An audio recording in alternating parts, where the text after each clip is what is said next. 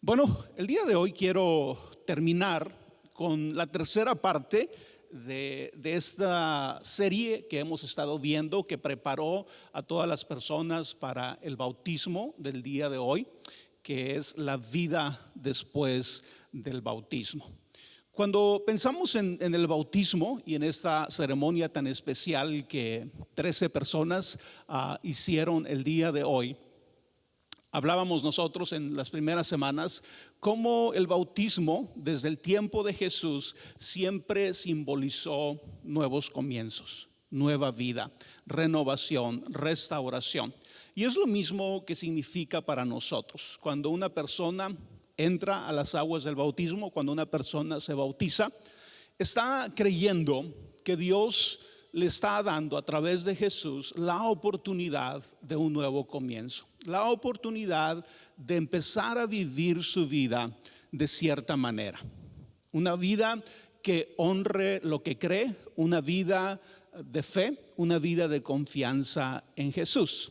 Ahora, aunque creemos y aseguramos, porque eso es lo que la Biblia nos enseña, ¿verdad? Que el bautismo es algo que tú y yo debemos de hacer, algo que debemos de tener en nuestra vida. Seguimos siendo humanos. Después del bautismo seguimos siendo humanos, ¿sí? Después del bautismo seguimos enfrentando tentaciones, seguimos enfrentando dificultades.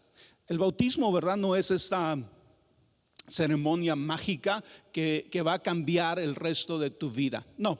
Es el inicio de una nueva vida donde tú eres muy importante, donde como tú decides, lo que tú haces, lo que tú piensas es muy, muy importante. Pero lo que creemos, ¿verdad? Que si has puesto tu fe en Jesús y has sido sincero de todo corazón al dar el paso del bautismo, Dios te va a dar de su gracia, Dios te va a dar de su ayuda para salir adelante, para avanzar en tu nueva vida, en la vida después del bautismo. Y nosotros dijimos el domingo pasado que la vida después del bautismo es la vida de Jesús. Sí, Él es nuestro ejemplo, Él nos puso el ejemplo en el bautismo. Así que cuando tú y yo estamos hablando qué tipo de vida debo de vivir después del bautismo, es sencillo, la respuesta es sencilla y es la vida de Jesús, la vida que Jesús vivió después de que Él se bautizó. Así que quiero animar, ¿verdad?, a todos los que se bautizaron a que entren en esta nueva etapa de su vida con ánimo, con confianza en Dios. Pero es bueno recordar en este momento las palabras del apóstol que dice, ¿verdad?, que si llegamos a pecar, si llegamos a equivocarnos aún después del bautismo, tenemos que confiar en que Dios nos perdona. Dios perdona nuestros pecados. Tenemos un abogado para con el Padre, donde podemos venir delante de Él y podemos reconocer nuestros errores, nuestras fallas y seguir adelante. Yo decía el domingo pasado que el bautismo es un símbolo no tanto de nuestra fidelidad, pero de la fidelidad de Dios. Cuando tú recuerdes este día, cuando tú recuerdes el día de tu bautismo, recuerda que Dios es fiel, aun cuando nosotros no somos fieles. Pero también es una oportunidad y un nuevo comienzo, ¿verdad?, para ir creciendo. Y creo que la promesa de Dios se cumple. Creo que con el tiempo tú vas a ir viendo, vas a ir notando ese crecimiento espiritual que Dios va a traer a tu vida. Así que el día de hoy simplemente quiero terminar con esta serie, la vida después del bautismo.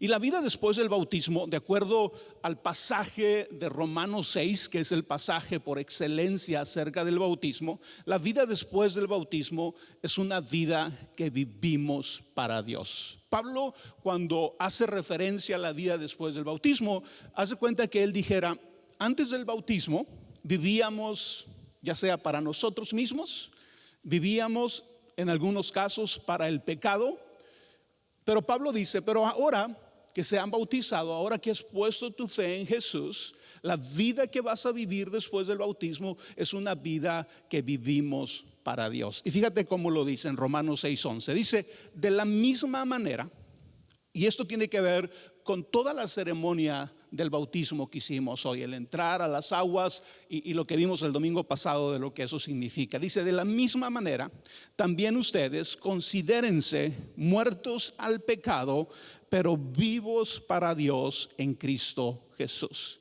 Después del bautismo debemos de considerarnos muertos al pecado, pero vivos para Dios en Cristo Jesús. Entonces la vida después del bautismo es una vida en la que estamos vivos para Dios. Vivimos con el anhelo de estar conectados con Dios. Algo que debe distinguir tu vida de ahora en adelante es tu anhelo de vivir conectado con Dios. Pero no solamente con Dios, vivir conectado con tu semejante. Vivir conectado con los seres humanos, con los hombres y las mujeres que forman parte de tu vida.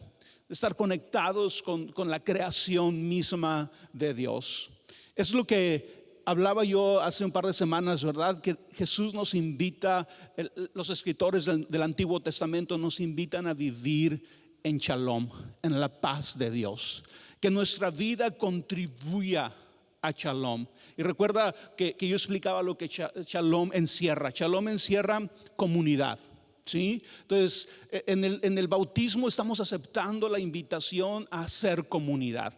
Y cuando decimos ser comunidades, tú vas a contribuir para que las comunidades de las cuales tú eres parte sean mejores. Esto inicia, ¿verdad?, desde tu matrimonio, tu familia extendida.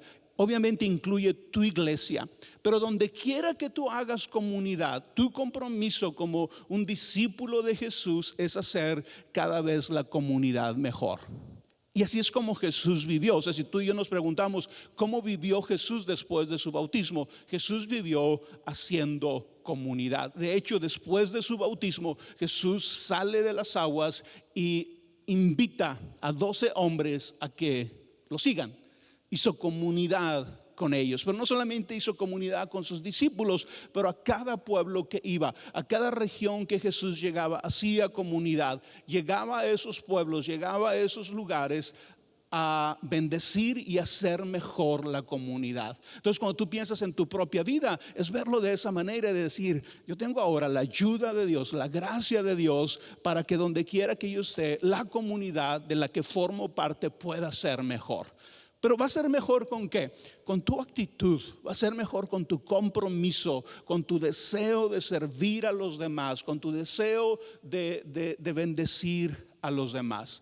Entonces la vida después del bautismo es una vida en la que contribuimos a shalom, a la paz de Dios, a la comunidad, a la justicia, a la paz, al gozo que Dios quiere que experimentemos. Dijimos que shalom también es como las cosas deberían de ser.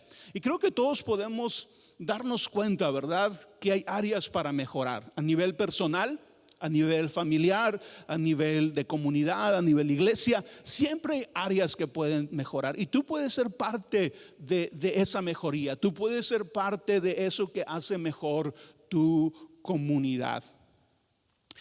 El pasaje, si pueden poner el pasaje otra vez, dice: de la misma manera, también ustedes considérense muertos al pecado, pero vivos para Dios en Cristo Jesús.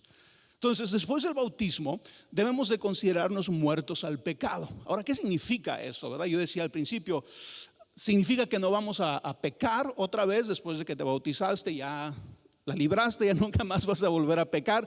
No, esa no es lo que va a suceder. Somos humanos, somos imperfectos y pecamos.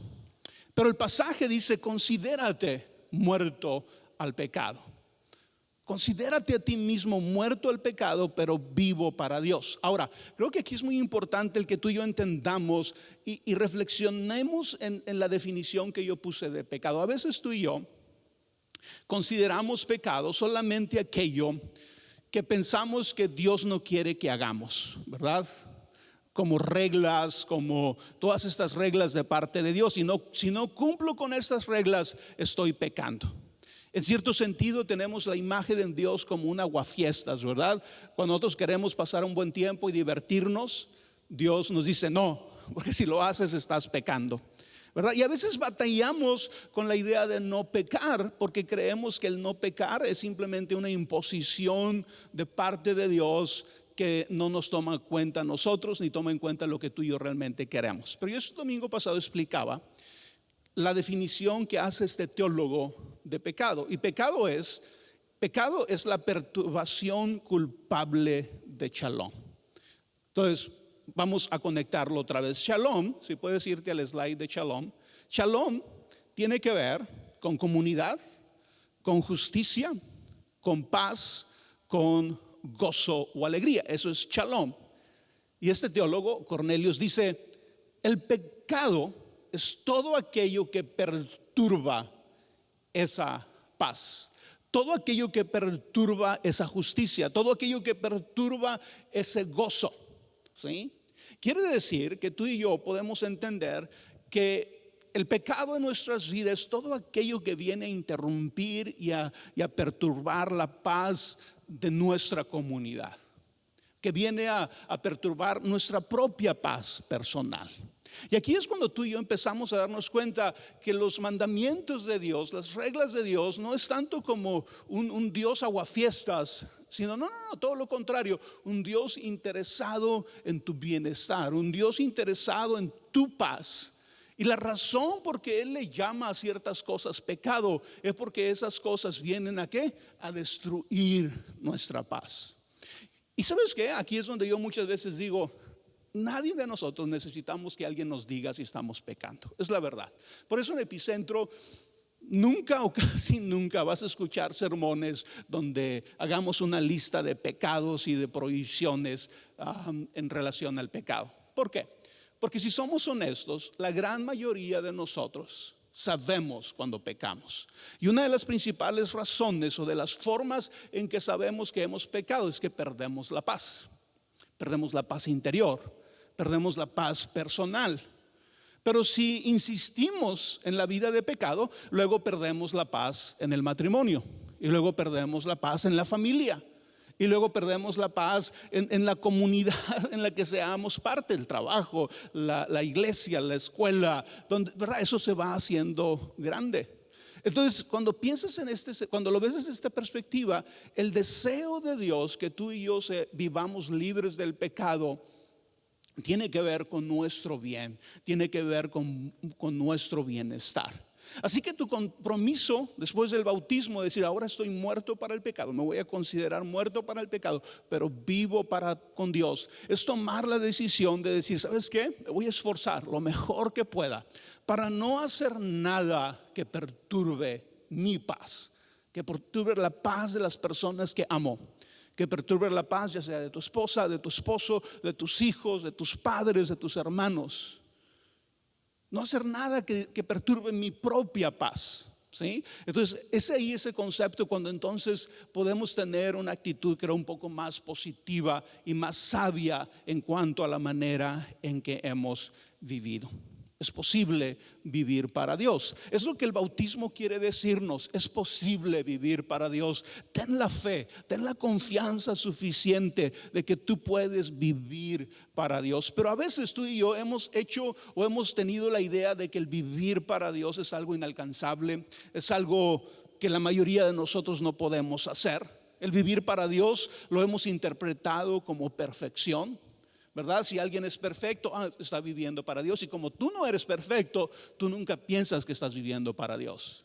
Como tú te equivocas, como tú cometes errores, llegas a tener esta idea: yo no estoy viviendo para Dios, pero otros están viviendo para Dios. Pero el bautismo quiere abrir tus ojos a la realidad de que tú puedes vivir para Dios. El vivir para Dios no es algo para los super espirituales o para los super iluminados. El vivir para Dios es el regalo de la gracia para cada uno de nosotros, accesible a cada uno de nosotros. Sí, es algo a lo que tenemos que aprender, es algo en lo que vamos a ir creciendo, ¿verdad? No lo hacemos bien desde el principio, pero cuando tienes la firme decisión de hacerlo, de seguir a Jesús, vas a ir viendo ese progreso en tu vida. Toma el ejemplo de los discípulos de Jesús, que muy probablemente ellos fueron bautizados así como ustedes. Y nosotros alcanzamos a ver los primeros años de la vida de los discípulos de Jesús y cómo no eran perfectos, ¿verdad? Habían tomado la decisión de seguir a Jesús, pero tenían muchas cosas que aprender. Recuerdan los hermanos Jacobo y Juan, de los que hablamos el domingo pasado, ¿verdad? Sus actitudes eran equivocadas, sus pensamientos eran los equivocados, pero Jesús era paciente con ellos, ¿verdad? Enseñándolos a crecer, a avanzar. Podemos pensar en el mismo Pedro, ¿verdad? Cómo después de 3 años de estar con Jesús, niega a Jesús. Y pareciera todo perdido en la vida de Pedro, ¿verdad? El que negó a Jesús en su día más difícil. Pero para unas semanas después de la resurrección de Jesús, Pedro fue el primer discípulo de Jesús en predicar el evangelio, y más de 3,000 personas pusieron su fe en Jesús. Sí, hacía unas semanas Pedro había negado a Jesús, y esa es la fidelidad de Jesús. Eso es lo que el bautismo nos dice. Dios es fiel aun cuando nosotros somos infieles. Si tú eres honesto en tu deseo de vivir para Dios y te encomiendas a Él tus caminos, y cada día pones tu vida en sus manos, esa es la promesa, ¿verdad? La gracia de Dios nos ayudará día a día. Será un proceso, sí. Aprenderás, te equivocarás, te vas a tener que levantar otra vez, sí. Pero la promesa es que vas a ir creciendo. Pero otra vez, ¿verdad? Es una realidad para todos nosotros. Todos nosotros podemos vivir para Dios. Y déjame el día de hoy simplemente hablarte de 2 formas prácticas en las que tú y yo podemos vivir para Dios. Porque a veces tú y yo pensamos, ¿verdad? Como dije ahorita, el vivir para Dios es para los súper espirituales, para los iluminados. Vivir para Dios, pensamos, tengo que ser, ¿verdad? Tengo que irme a un monasterio, ¿verdad? ¿Cómo se llaman los que viven en los monasterios? Tengo que irme, ¿verdad? Ya, y estar en soledad. No. El vivir para Dios es accesible para todos nosotros. Y número 1, vivimos para Dios cuando vivimos para otros. ¿Cuál es una de las formas en las que tú puedes empezar a vivir para Dios de una manera práctica y real en tu vida? Es viviendo para otros. En el centro de la fe cristiana se encuentra ese misterio, el misterio de que vivimos para Dios cuando vivimos para otros. Tal vez tú estabas pensando, ¿verdad? El vivir para Dios es estas cosas raras que tengo que hacer, ¿verdad? No, vives para Dios cuando vives para otro. Cuando un esposo realmente vive para su esposa, cuando unos padres realmente viven para sus hijos, cuando los hijos viven para su familia, cuando como cristianos vivimos para bendecir a nuestra comunidad o a nuestra iglesia, estamos viviendo para Dios. Pero también cuando servimos a los necesitados, cuando damos de nuestros recursos para ayudar a otros, estamos viviendo para Dios. Fíjate lo que dijo Jesús. Dijo: lo que ustedes hicieron para ayudar a una de las personas menos importantes en el mundo, a quienes yo considero como hermanos, es como si lo hubieran hecho para mí. En ese pasaje Jesús está hablando, ¿verdad?, de cómo algunas personas le dieron de comer al pobre, le dieron de vestir al pobre, le dieron agua, le dieron techo, ¿sí? Y dice Jesús: cuando tú hiciste esto, cuando tú ayudabas al pobre, cada vez que tú te esforzaste para bendecir a alguien, para ayudar a alguien, lo estabas haciendo para mí. En otras palabras, ¿verdad? Cuando vivimos para otros, para bendecir a otros, para levantar a otros, para ayudar al necesitado, estamos viviendo para Dios. Entonces ahí se vuelve más accesible, ¿verdad? Si tú te levantas cada día diciendo: yo sí quiero vivir para Dios, encuentra a quién puedes ayudar, a quién puedes bendecir. Y si lo haces, estás viviendo para Dios. Fíjate lo que es importante aquí también, ¿verdad? Que la Biblia dice: aquellos que lo hagan por las personas menos importantes. Todo lo que hicieron por las personas menos importantes. Y esto nos habla de servir a los demás sin esperar nada a cambio, ¿verdad? Si tú ayudas al pobre con alimento, no estás esperando que el pobre te regrese, ¿verdad?, esa ayuda que le estás dando. Si tú ayudas, ¿verdad?, a una persona que está en la calle con algo de dinero, no estás esperando que te lo regrese. No estás pensando en ti. Cuando ayudamos a las personas, tenemos que hacerlo desinteresadamente, sin esperar nada a cambio. De esa manera es como vivimos para Dios. Cuando servimos, ¿verdad?, esperando ser nosotros beneficiados, pues realmente no estamos sirviendo, nos estamos sirviendo a nosotros mismos, ¿verdad? Si yo voy contigo y digo: voy a hacer esto para ayudarte, pero estoy pensando, pero luego él va a hacer esto para mí, al final estoy pensando en mí. ¿Sí? Todo lo que hago lo estoy haciendo para provocar que tú hagas algo para mí. Entonces ese no debe de ser la motivación. La motivación debe de ser simplemente bendecir a los demás. El vivir para otros, ¿verdad? Implica el anhelar lo mejor para sus vidas y hacer lo que está en nuestras manos para ayudar a las personas. Así que la vida después del bautismo es una vida en la que vivimos para otros, vivimos sirviendo a los demás. Y me da gusto, ¿verdad? Porque muchos de ustedes que se bautizaron el día de hoy, obviamente ya están sirviendo, ya están dando esos pasos de fe. Pero quiero animarte, ¿verdad? Si te bautizaste el día de hoy y todavía no has encontrado tu lugar donde servir, por lo menos aquí en la iglesia, busca ese lugar donde sirves. Pero también búscalo en tu casa, donde quiera que estés, encuentra ese lugar donde tú puedes ser de bendición, donde tú puedes servir a los demás. La vida después del bautismo es una vida de servicio. ¿Recuerdan las últimas palabras que leí de Jesús el domingo pasado? Él dijo: yo no vine a qué, a que me sirvan. Yo no vine para ser servido, yo vine a servir. Y recuerda, la vida del bautismo es la vida después del bautismo es la vida de Jesús. Es una vida en la que empezamos a servir. Por eso tal vez cuando tú llegas a una iglesia como Epicentro o cualquier otra iglesia, ¿verdad? Una de las cosas que llama la atención cuando primero llegas es que ves que andan un montón de personas ayudando. Si te tocó llegar el día de hoy un poco temprano, te diste cuenta, ¿verdad? Que estábamos todos corriendo, tratando de que todo esté listo. Tuvimos algunas dificultades técnicas, pero todos tratando de ayudar. ¿Por qué? Porque esa es la vida del creyente, esa es la vida después del bautismo, es una vida en la que vivimos para servir a los demás. Y por último, vivimos para Dios cuando hacemos el bien que sabemos hacer. Así como no es necesario a veces que nos convenzan de lo que está mal en nuestra vida, si tú eres un poco sincero, tú sabes lo que está mal en tu vida. Yo no necesito predicarte, ¿verdad?, una lista de pecados. Tú sabes si hay algo en tu vida que está perturbando tu paz o la paz de tu familia o de lo que sea, ¿sí? No necesitamos que nadie nos convenza de lo que está mal en nuestra vida. Pero de la misma manera creo que muchos de nosotros sabemos el bien que tenemos que hacer. De hecho, muchos de nuestros cargos de conciencia es precisamente eso, que no hacemos el bien que sabemos que tenemos que hacer. Por eso C.S. Lewis decía, ¿verdad?, que el cristianismo, más que aprender cosas nuevas, es recordar lo que ya sabemos.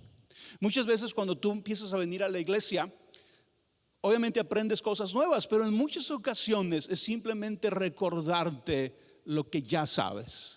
Es simplemente a través de cada plática, de cada predicación, recordamos algo que ya sabemos. Así que el vivir para Dios es hacer el bien que ya sabes que tienes que hacer. Ahora, esto es importante, ¿verdad? Y es bueno que lo valoremos, porque si tú ya sabes que hay un bien que debes de hacer, eso está bien en ti. Eso es un punto a tu favor, el que tú entiendas dónde está la solución a los problemas, dónde está la puerta de salida, dónde está el cambio que estás buscando, dónde está la mejoría que tú estás buscando en tu vida. Ya la sabes, ¿verdad? Entonces tenemos que vivir haciendo el bien que ya sabemos hacer. Una de las cosas que más interrumpe nuestro compromiso de vivir para Dios es ignorar precisamente el bien que ya sabemos hacer. Dice Santiago 4:17: si ustedes saben hacer lo bueno y no lo hacen, ya están pecando. Simplemente por no hacer lo bueno, dice Santiago, ya están pecando. Y pudiera parecer un poco exagerado, ¿verdad? A ver, ¿cómo? ¿Por qué la Biblia es así, verdad? ¿Por qué dice que ya estoy pecando cuando no hago nada? Cuando simplemente no estoy haciendo nada. No estoy haciendo el bien, pero no estoy diciendo que estoy haciendo algo malo. Simplemente dice, cuando no haces el bien que ya sabes hacer, estás pecando. Si lo vemos bajo nuestro antiguo concepto de pecado, no tiene mucho sentido. Pero cuando tú piensas que el pecado es la perturbación de la paz, entonces dices tú, empiezo a entender por qué es pecado no hacer el bien que debo de hacer. ¿Por qué? Porque el bien que debes de hacer, el bien que sabes que tienes que hacer, contribuye a la paz. ¿Sí? Por ejemplo, si tú en tu familia dices, ¿sabes qué? Soy muy enojón, necesito no ser tan enojón, necesito no estar gritando tanto, ¿verdad?, en mi casa. sabes que lo tienes que hacer. Sabes que tienes que dejar de enojarte. Y es entender, ¿verdad?, que el dejar de enojarte va a contribuir a la paz, al bienestar de tu familia.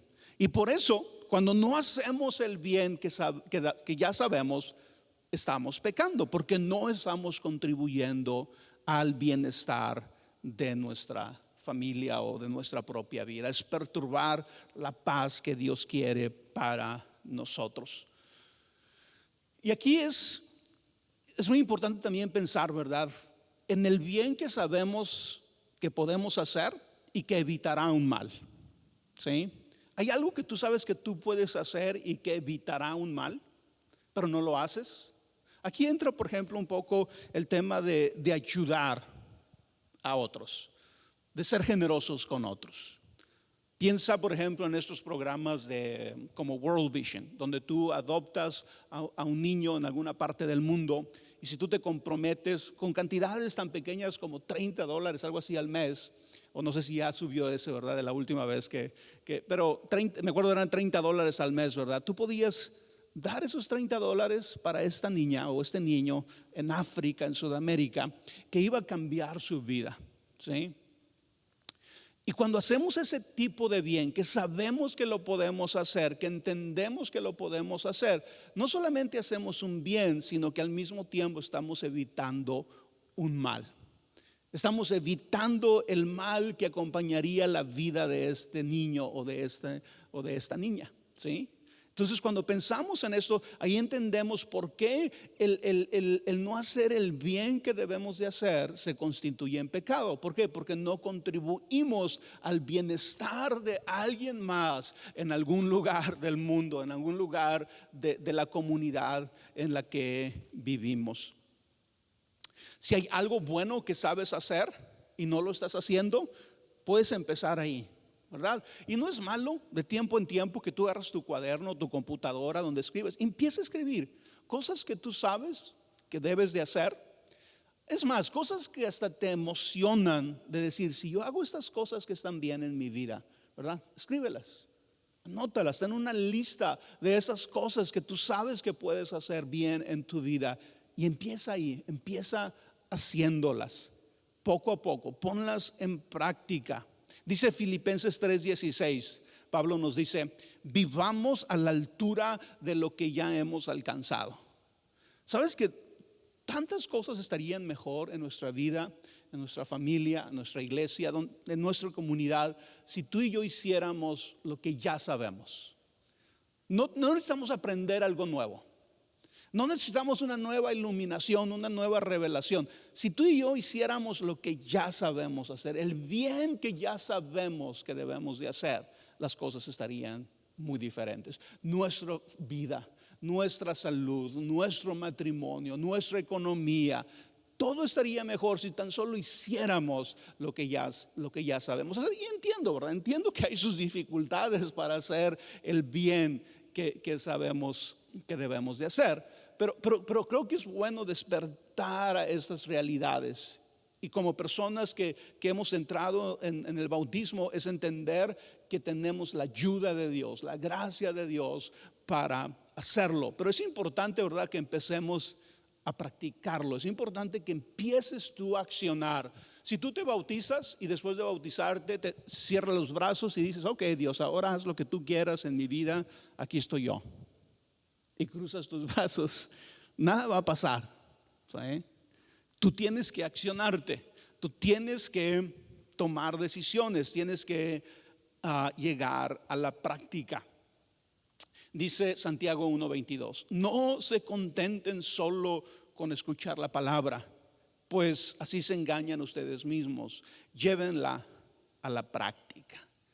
Ese es el secreto, debemos de llevarlo a la práctica. Y aquí es porque también cuando nos bautizamos, el bautismo, aunque representa nuevo comienzo, nueva vida, ¿verdad?, restauración, el bautismo también es la iniciación, es la entrada a la familia de Dios. En el tiempo de Jesús y en el tiempo de los primeros discípulos, La manera en que tú decías, yo creo en Jesús, yo soy un discípulo de Jesús, yo soy parte de la comunidad de los cristianos, era precisamente bautizándote. ¿Sí? Tú te bautizabas y una vez que te bautizabas, eras parte de la iglesia, eras parte del cuerpo de Cristo. Y aquí es donde la comunidad es muy importante. La comunidad nos ayuda en esa práctica del bien que tú y yo queremos hacer. Sí, es cierto, la comunidad, la iglesia, como nuestra iglesia es una iglesia de personas compuesta de personas imperfectas, personas que nos equivocamos, personas que pecamos. Pero ¿sabes qué? Creo que si tú vas por cada persona de la iglesia y tú le preguntas, entiendo que eres imperfecto, ¿verdad? Porque eres humano, pero ¿cuál es el anhelo más grande de tu corazón? ¿Cuál es el deseo más grande de tu corazón? Creo que la respuesta de muchos va a ser, mi deseo más grande es vivir para Dios. Es cambiar, es honrar a Dios, es amar a Dios, es amar a mi prójimo.